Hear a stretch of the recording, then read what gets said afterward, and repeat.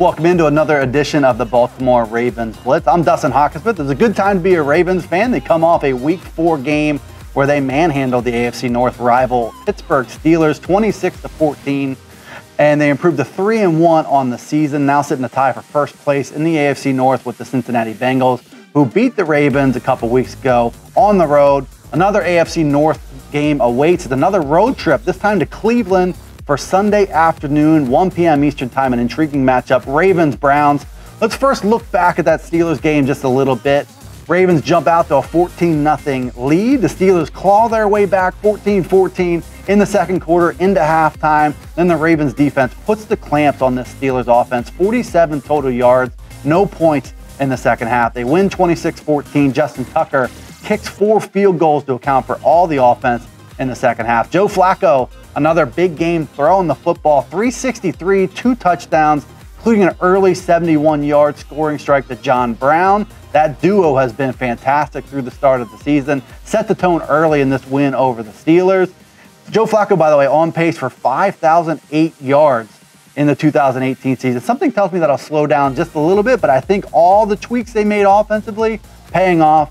In that game against the Steelers, the Ravens defense really stepped up to the plate in the final 30 minutes there. Made the Steelers look a little confused offensively, held the Steelers running game to 19 yards, owned the line of scrimmage in that game, and it was even sweeter to do that against the Pittsburgh Steelers team that has had so much success and has been a thorn in the Ravens' side. Good win for the Ravens. They're 3-1 going into Week 5. The Browns await the Ravens at home Sunday, 1 p.m. Eastern time in Cleveland. Browns are an interesting team, 1-2-1 to start the year. A lot of people make the case that a couple breaks here or there, they could be just as easily 4-0, but here they are, they're in the bottom of the AFC North, but it's a team that's made a lot of improvements, including right under center, Baker Mayfield. They made the move to get his first start last week against the Oakland Raiders on the road. 45-42, they lose that game, a controversial call late, cost the Browns a first down that was overturned. Mayfield turned the ball over 4 times in his first start. So it'll be interesting to see his development early in his career. He looks mature, he makes quick decisions, throws the ball with accuracy, gets the ball out quick. It'll be a real test for this Ravens defense, but they've had a history of creating turnovers, and coming off that 4 turnover effort, I look at this matchup, the Ravens defense, to try to fluster Baker Mayfield just a little bit.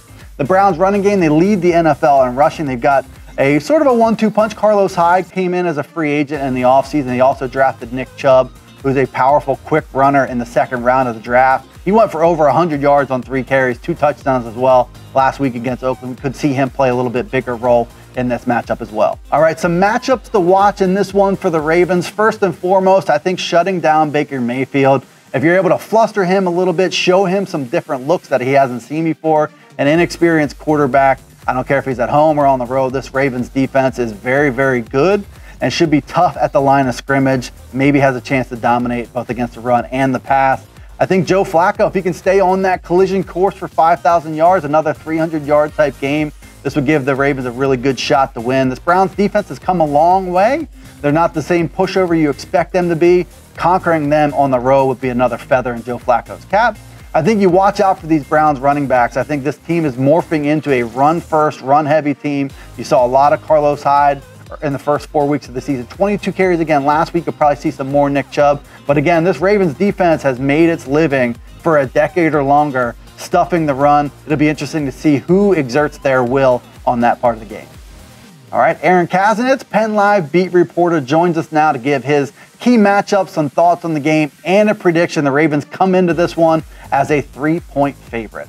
I think with the Browns, the big thing that the Ravens have to focus on is figuring out how to defend Baker Mayfield.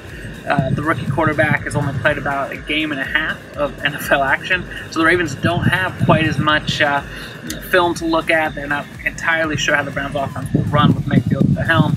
But so far this year, the Ravens have held opposing passers to a passer rating of about 69, which is the best mark in the league.